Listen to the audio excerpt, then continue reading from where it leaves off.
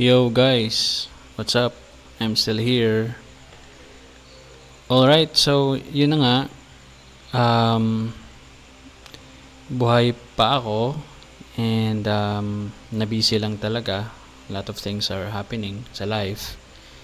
But I'm still here.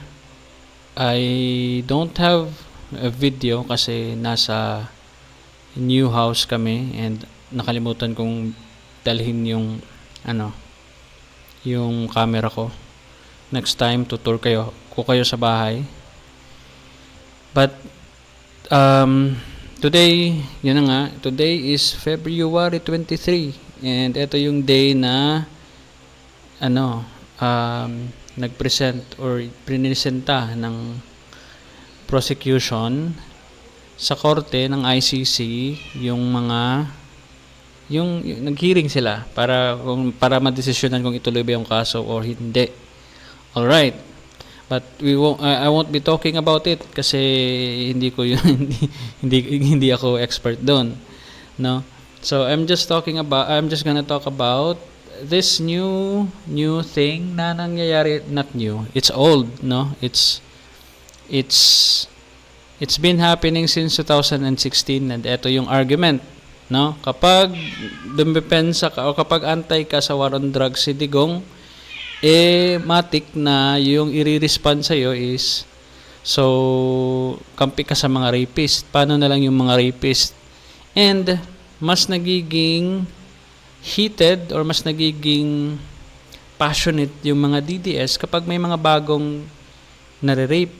Nagagalit sila at talagang pinopost nila, na your concern is human lives, your concern is human rights, my concern is human lives. And talagang ipopost nila and ikakalat nila na ito na nga yung proof kapag wala si Digong may marirape talaga and mangyayari talaga. O di ba? Tinanggal ninyo yung EJK, yan tuloy may narirape. And guys, hindi I don't claim to be an expert dito talaga sa channel, no. I always say na hindi ako matalino. I always say na I'm just also learning like you. And I don't pretend na magaling ako. What I do know, what I am very comfortable in saying ba is, at least I know the ABCs. At least I know the ABCs. And since yun lang yung alam ko, hanggang doon lang talaga ako. And hindi na ako makikipagsabayan pa sa mga taong marunong mag-spelling. Kasi alphabet lang yung alam ko. I hope you get the analogy na ganun ako mas magaling ako dito and eto yung gusto kong i-promote. Yung mga simpleng bagay lang. Yung mga bagay na pwede mo ding matutunan kasi simple lang simple lang siya na concept. So, even though it's very complex, mahirap namang makipagdebate sa mga ganitong klaseng debate, For example, yun na nga, my concern is human rights. Yun pa, number one, English, Paano ba tayo magsasali sa debate na yan? Hindi naman tayo matatalino.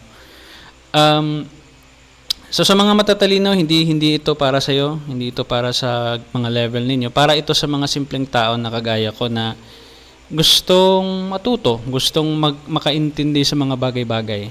So ako, na ABC lang ang alam, na yung mga ganoon po, for example, yung nagreklamo ka about rape, sa level ng ABC na alam ko, sa level ng yung street smart lang, hindi lawyer, hindi engineer or something, alam ko na kapag may rape, sa police ka po magsusumbong. Kasi ang police, sila yung mag-iimbestiga and sila yung tutulong sa'yo para mahanap yung suspect, makulong, at saka makasuhan and i-process yung kaso sa huwes. And yun na nga, yun po yung proseso, 'di ba? Yun yung process, 'di ba? So yun yung pinaka ABC na alam ko. So kapag sinabi mo kasi na, hey, bakit ito yung mga sinuportahan nyo? I don't think I support rape. I don't think I support killing. I don't think na ang ibig sabihin ng ayaw ko kay Digong, ayaw ko sa methods ni Digong, ayaw ko sa EJK ni Digong, ayaw ko sa patayan Digong, Yang ibig sabihin yun, gusto ko ng rape at gusto ko ng torture or gusto ko ng patayan. And to be honest po, I will say this to you right now, gusto ko po ng patayan, gusto ko po ng rape at saka torture, pero hindi po sa mga inosente.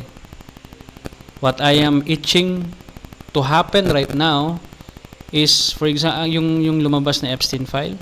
I really hope someone will kill them, put a hammer, dudukdukin or ipupukpok yung ulo nila, and sana masakit yung death nila. Sana may mga tao na mga sibilyan na papatay sa kanila. So, see how I'm talking here. I'm being very serious here. No, I don't pareho tayo na ayaw mabiktima ang mga inosente. Ayaw kong ma-rape ang mga bata. Ayaw kong ma-rape ang mga babae. Ayaw ko ng patayan. Yun po. So, wag niyo siyang ibato kasi it's like you are trying to argue about, yun na nga, balik tayo sa ABCD. Sir, baka pwedeng ABCD muna tayo. Kasi yung pagsabi mo na sumusuporta kami sa patayan, sumusuporta kami sa rapist, I think you are lacking the fundamental na knowledge para mag-jump into a conclusion just like the conclusion you have now, na sumusuporta kami sa mga rapist. So, allow me to explain po, kasi yun na nga po, allow me to explain, kasi yun po, number one, ayaw ko pong ma-rape yung mga bata. Gusto ko pong ma-rape ang mga millionaires at billionaires. Gusto ko po silang ma-rape. Gusto ko po silang patayin. Gusto kong may pumatay sa kanila. Gusto kong maggrupo-grupo tayo para patayin yung mga pedophiles. Gusto ko yun. Yun yung mga frustration ko na bakit hindi nangyayari? Bakit yung mga inosente yung namamatay? I want you to hear that po. Okay, I have that kind of frustration. So, dyan, but ka antay Digong, si Digong ang pinapatay niya mga criminal naman. Ang pinapatay niya mga rapist naman. Ang mga pinapatay niya mga drug lords naman, mga malalaking drug lords, mga rapist na mayor. All right, let's go to that discussion na. Kasi yun yung next na question mo. Diyan sabi mo gusto mo ng patayan, pero bakit hindi mo inaalaw si Digong na pumatay? Sinabi mo yan dyan, di ba? Alright, let's do this now. Okay? So, ang problema sa EJK, ang problema sa idea na inaalaw mo yung presidente na siya yung papatay, na inaalaw mo yung kapulisan na sila yung papatay, na inaalaw mo yung mga military na sila yung papatay, kawawa po tayo nun. Kasi po, if you trust Digong 100% na wala siyang papatayin na inosente at talagang literal na mga kriminal lang, I doubt that. Hindi ka panipaniwala na hindi niya papatayin ang mga taong kukontra sa kanya, yung mga aktivista, yung mga human rights, yung mga taong against sa methods niya. I doubt na hindi niya papatahimikin yun, hindi niya iipitin yun, hindi niya ibubuli yun sa media. Hindi niya ibawalan ng prangkisa, hindi niya kakasuhan, hindi niya ipapakulong. I doubt that. No, hindi man niya papatayin pero papahirapan niya yung mga taong gusto lang ng due process at saka human rights. At hindi naman nila kasalanan yun kasi meron naman silang argumento why, and I will go to that part as well. Kasi 'di ba, kung ako lang yung papadesisyonin mo na diyan ayaw mo ba ng isang mundo na mapayapa na pinapatay natin lahat ng yung mga kriminal? I would love that. Personally, I would love that. I would love na yung mga pinapatay ni Digong, yung mga kung pwede pa barilin natin sa prime time natin na media after sa It's Showtime, ilabas natin yung mga 100,000 na taon na babarilin sa ulo. Gusto ko yun. Gusto ko makita yun. Atheist ako, di ba? Wala naman kaming moral, sinasabi ninyo. 'di ba? So, okay, let's put on that level, no? Let's go to that level na i-televise natin na babaralin talaga sa ulo yung mga drug pusher at saka drug lords at saka drug addict. So, suportahan ko yan. Pero bakit hindi ko sinusuportahan yung kay Digong? 'Di ba?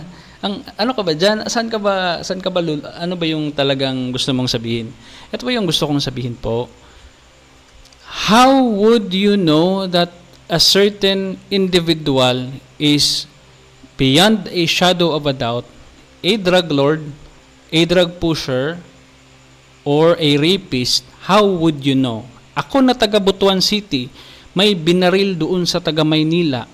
How would I know for sure that yung binaril sa taga Maynila binaril because rapist talaga siya? O binaril kasi napagtripan siya ng polis kasi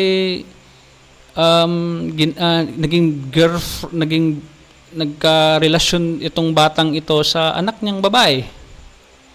Or any kind, or ano yun, journalist yun, na sinabihan lang na tulak ako, wag tularan. How would we know?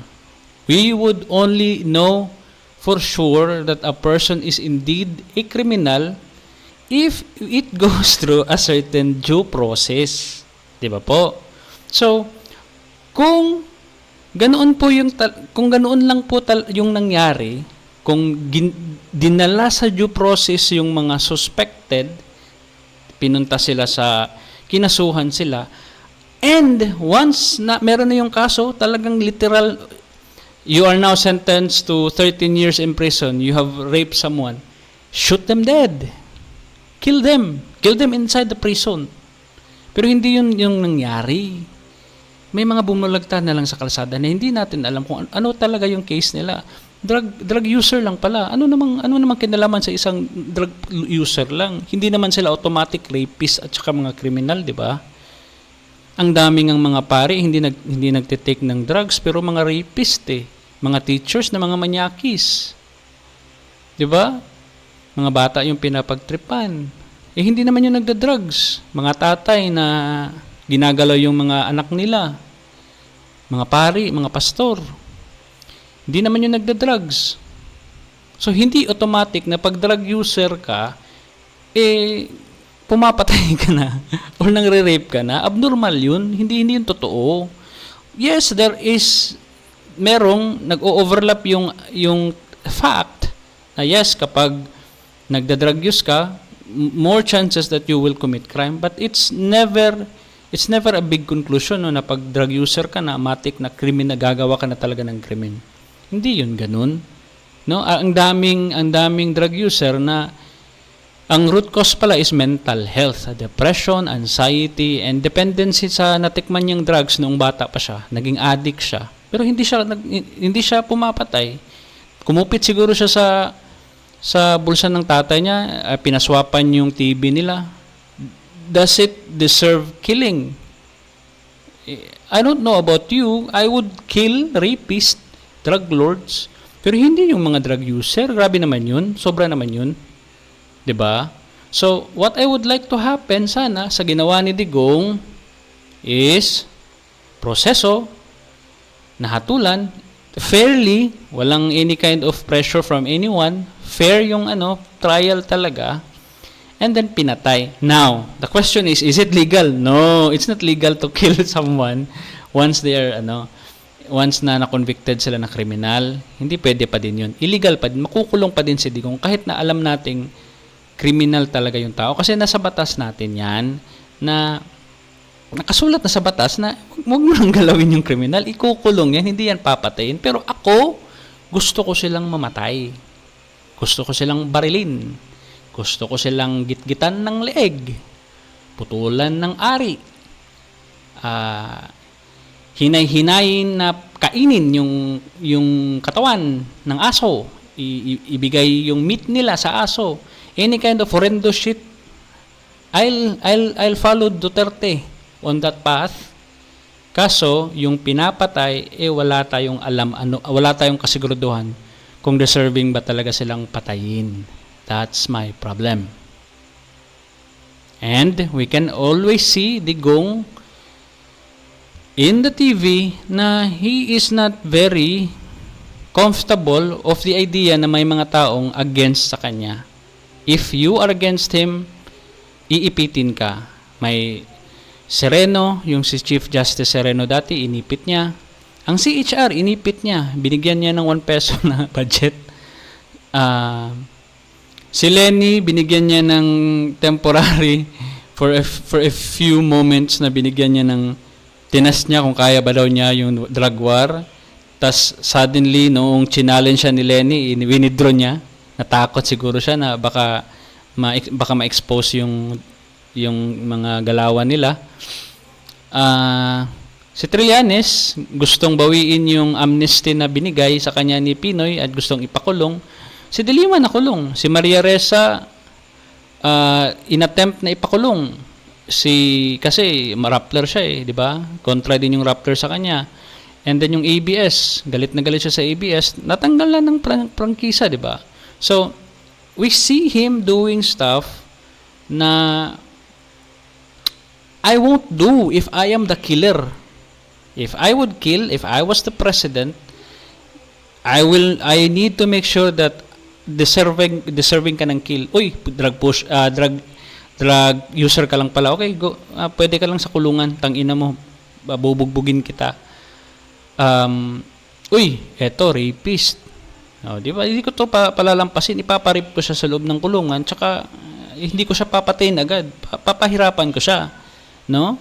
Kasi, eto na without the shadow of a doubt, this guy is really a rapist. I will torture you. If I was the guy, no? But I don't have the time. I don't have the energy and all the power to be everywhere. Hindi ako Diyos na kaya kong torturein lahat ng mga rapist. May mga uutusan ako. Ako yun, as a president, hindi ako kagaya ni Digong na inuutusan yung kapulisan na inuutosan yung mga kapulisan na patayin na lang basta-basta yung mga tao na nasa kalsada. That's my problem. Okay? So, pareho tayo ng mga utak pulbura at saka utak dugo. We are not different in that sense, pero I want to make sure who I will kill. No, if I be given the power to kill, I want to make sure na deserving talagang patayin yung taong ito. Hindi yung mga random lang na mga drug users sa kalsada, no? Ano pa? The problem with his methods. May problema ako sa sistemang patayan din kasi ang problema doon is pwede akong mapagtripan, no? Wala talaga akong any kind na bahid na drugs. Hindi ako drug addict. Wala akong any kind na kalaban, pero natripan ako kasi very edgy yung mga memes ko sa Facebook. Yun lang yung kasalanan ko. Very edgy, very tawag doon. Very masakit sa damdamin, nakakasakit ng damdamin yung mga post. Sa tingin ng ibang tao, deserving patayin yun, pero hindi naman natin pinapatay in general yung mga memers, di ba? So, ewan ko na lang. So, yun yung problema ko. Nag-create si Digong ng isang sistema na anyone would be able to kill anyone at ika-cover siya na drug addict to wag tularan. Lalagyan ng paskil, talagang pwedeng ma-cover up, pwede kang maplanta ng drugs. Nakakatakot po yun kasi kahit pala inosente, madadamay.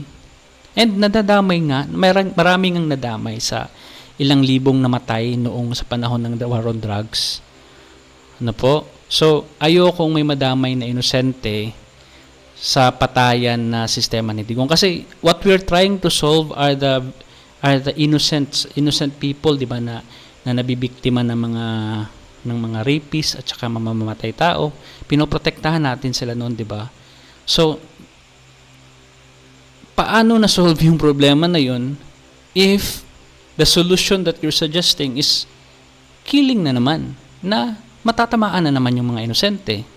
Oo, may matatamaan sigurong drug lord, oo, may matatamaan sigurong mga corrupt na politician, yes, may matatamaan na mga corrupt na police, mamamatay din sila.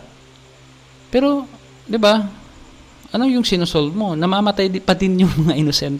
What are you trying to solve? Innocents are dying pa din. 'Di ba? So, para ma-lessen yung innocent na, yung collateral damage na sinabi ni Bato, para ma-lessen yun significantly, go through the process, kill them afterwards, and then be imprisoned with it. 'Di ba? Kasi at the end of the day, illegal pa din naman illegal naman talaga. Wala naman talagang mundo na okay lang pumatay. There's no world, wala namang civilization or society in existence ngayon sa modern age na you'd solve a crime by committing a crime. Hindi ba crime yung pagpatay? Kahit napatayin mo pa yung pinakamalaking drug pusher, it is still a crime by definition sa law natin. May naka-encounter akong lawyer talaga yan. Sinabi niya, hindi naman automatic yan. Hindi necessarily.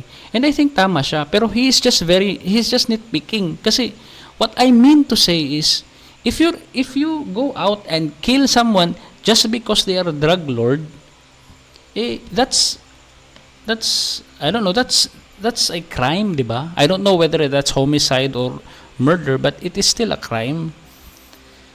Kasi hindi ka naman niya binugutan. Siguro kung binunutan ka niya ng baril tsaka nagdepensa ka, siguro pwede, no? Self-defense ang tawag nun. Pero if your intention is to kill, wala kang other motive, talagang nalaman mo lang na, hala, si pala ay drug lord, si engineer blah blah blah ay drug lord, papatayin ko siya, puntahan ko siya sa bahay niya, and then binaril mo siya sa ulo. Anong tawag doon? Di ba crime? Hindi naman yung vigilante justice. And kahit na vigilante justice, yun, makukulong ka talaga kasi ang nangyari is pinatay mo isang tao na narinig mo lang yung kaso through rumors. Paano natin yun? Kasi ang mangyayari dito sa korte, maglalabasan pa ng evidence and counter evidence para ma-prove or ma-disprove na talagang drug lord yung isang tao. No po? So, yun po ang mangyayari. Makukulong ka po. So, kahit na drug lord nga, kahit na rapist, patayin mo sa rason lang na alam mong rapist siya, makukulong ka. Nakulong nga yung sikat na nag-viral na video, yung mama, yung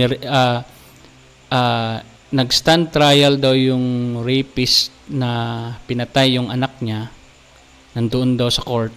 So, yung mama, pinuslit yung baril sa jacket niya, and then boom, doon nagalit siya, tsaka binaril niya yung rapist na nag-rape at pumatay sa anak niya. And nakulong siya noon, 'di ba? And nag-fundraise yung mga tao para mapalabas siya and mabigyan ng justice, and inargue na may mga nangyaring arguments, and talagang nakulong talaga siya. And another problem I have is, you remember earlier na how I wish na may mga taong mag-create ng group na papatay ng mga pedophiles. No, I wish meron ganun, sasali talaga ako. That's what I mean when I want to kill. I don't want to use the police force and the military to kill. Bakit po? Kasi they are like the foundation of a society. No? Pundasyon sila to uphold the rule of law.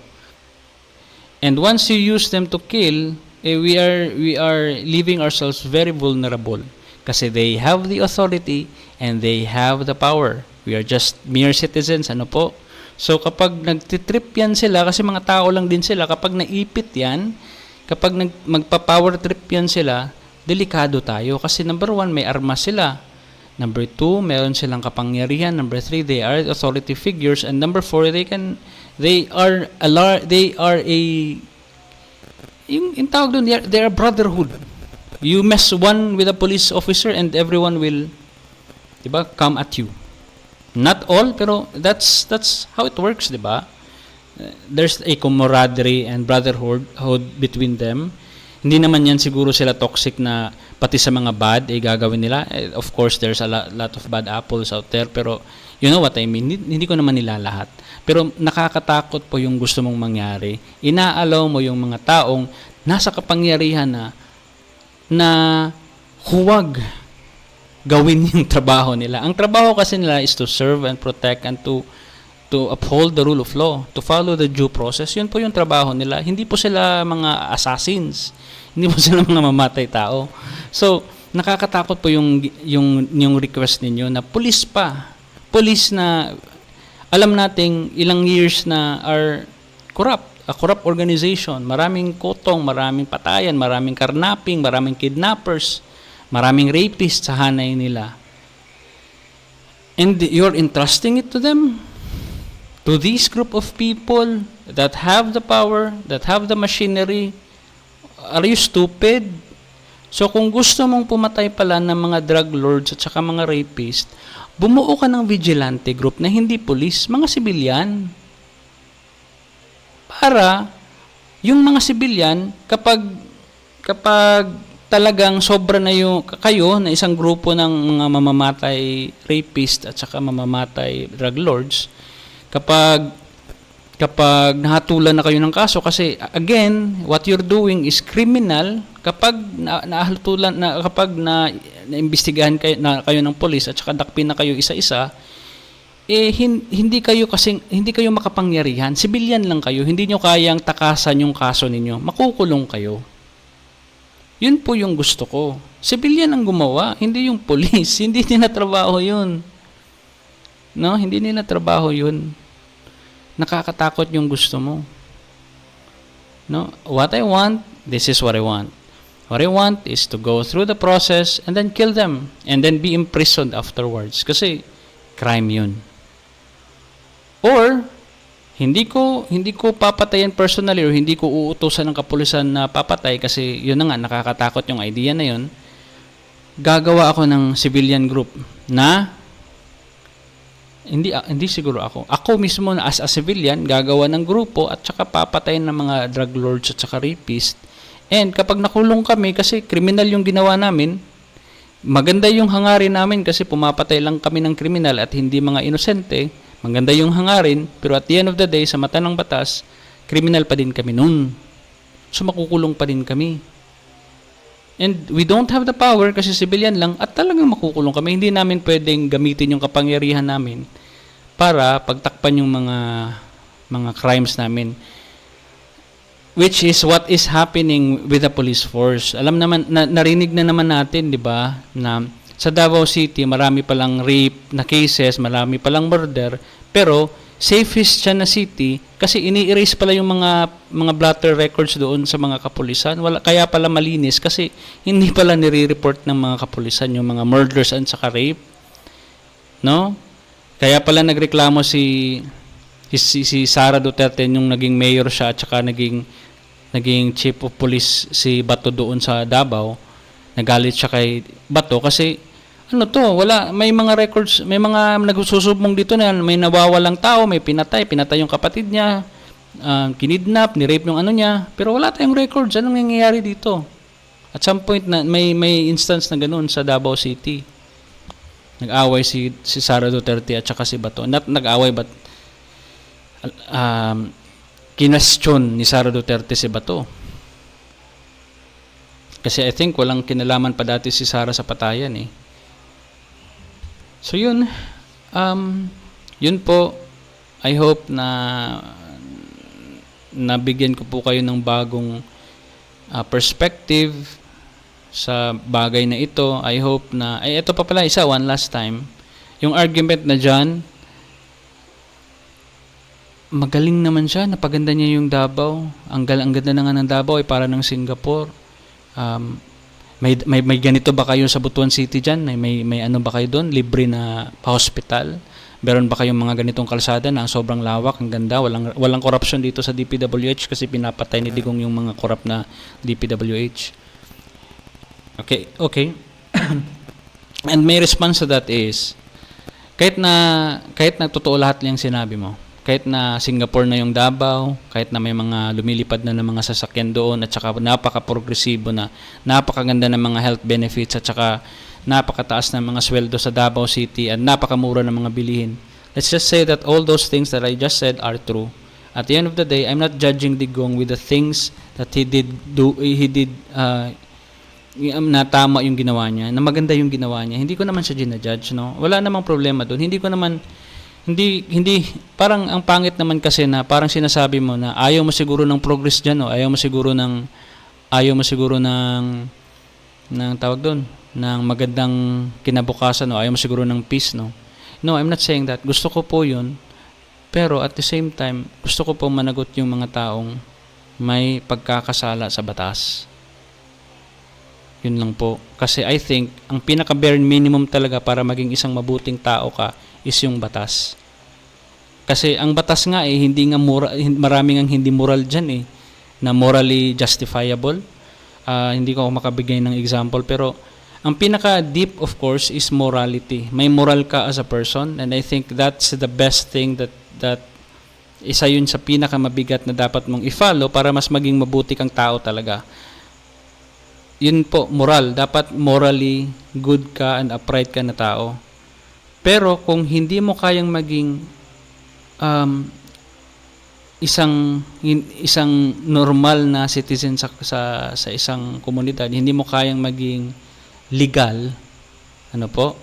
Kasi marami naman tayong pwedeng gawin na hindi legal, di ba? Ano yung tawag sa, di ba, illegal piracy? Nagda-download naman tayo sa ano, di ba? Di ba? Nagda-download tayo sa mga pirated websites. And, di ba, na-justify natin yun, di ba? Sa ating head, na-justify natin. And hindi naman siguro yun, hindi naman siguro yun morally wrong, di ba? Pwede natin i-argue yun. Hindi naman siguro yun morally wrong dyan, yung nagda-download ng piracy sa The Pirate Bay, or sa ano. And, I guess, kung hindi mo kayang maging ang tawag doon?